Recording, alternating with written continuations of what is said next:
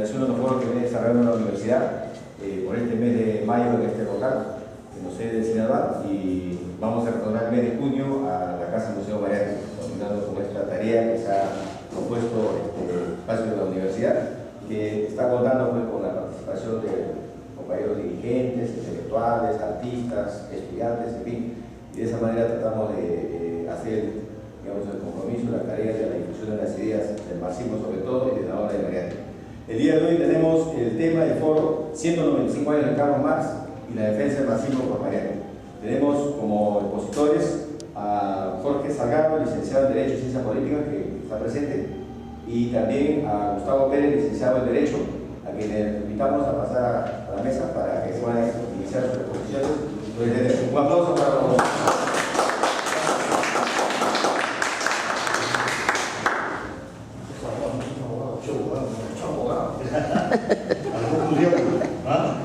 Adelante, adelante. Así se da comienzo al foro.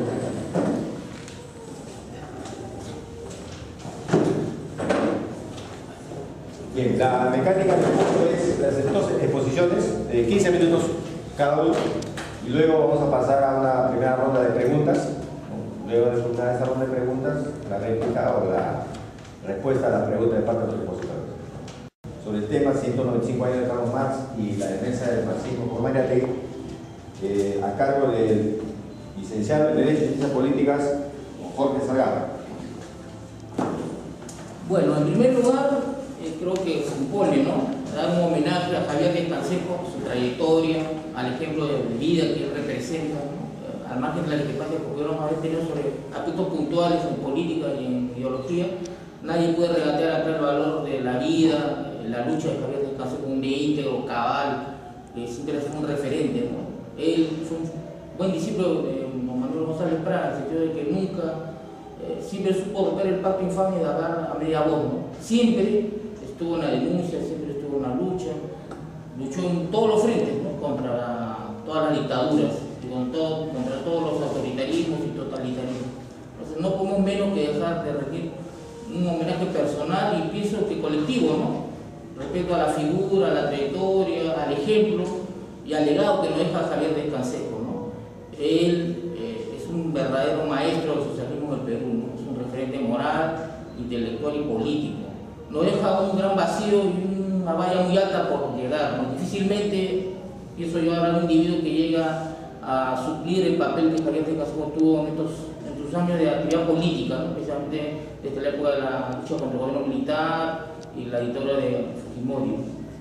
Entonces, nosotros como socialistas tenemos el deber de asumir ese legado, tratar de sobrepasar nuestras limitaciones y tomar la palabra de la orden que nos dio, ¿no?, de la invocación, en todo caso, que en sus últimos días le dio a toda la gente progresista, democrática y de izquierda, ¿no?, que debemos unirnos, no debemos estar anteponiendo las querellas o las diferencias, sino unirnos contra nuestros enemigos comunes, ¿no? Mate decía que había que apartarse, que el pueblo se apartaba de la izquierda o los socialistas porque veía su espectáculo, sus querellas dogmáticas y no tenían en cuenta la lucha y la acción concreta, ¿no?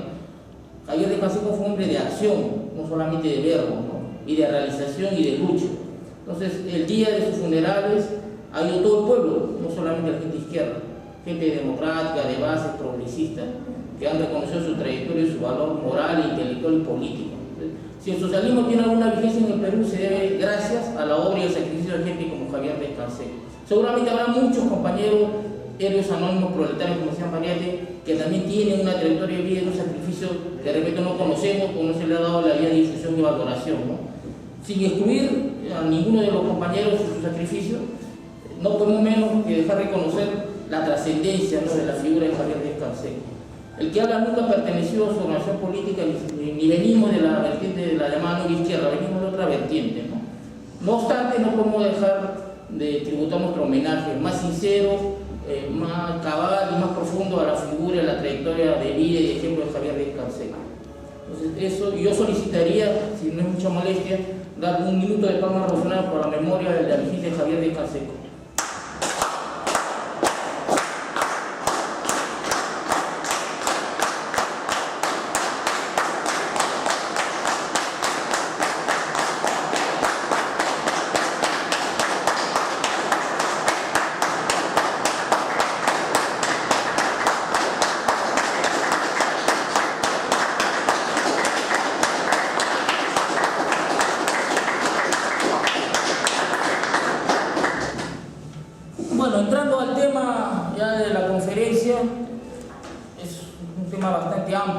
195 años, casi 2 siglos, ¿no? El marxismo, y otros 70 y tantos de Mariátegui, ¿no?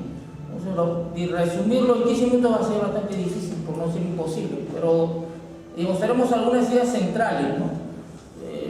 Básicamente, como ya es bien sabido por todos ustedes, el marxismo tiene 3 fuentes y 3 partes integrantes, que es lo que el resumen que hace Lenin, y me parece que está evidente en su línea maestra general, ¿no? La filosofía clásica alemana, la economía política inglesa y el socialismo francés. Esas son las 3 vertientes que van a conjugarse y van a dar las condiciones para que surja el marxismo como una teoría nueva, ¿no? Tanto en la filosofía como en la acción política y en la organización práctica.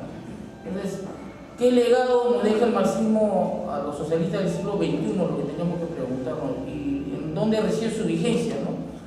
El marxismo, como decía María, más que una doctrina, es una acción, es el legado que nos dejan los pensadores, los teóricos del socialismo para transformar la sociedad, ¿no? Ya Marx, en la tesis sobre Feuerbach, que tiene ideología alemana, decía que lo que se trata no es de pensar el mundo, ¿no? Sino de transformarlo, ¿no?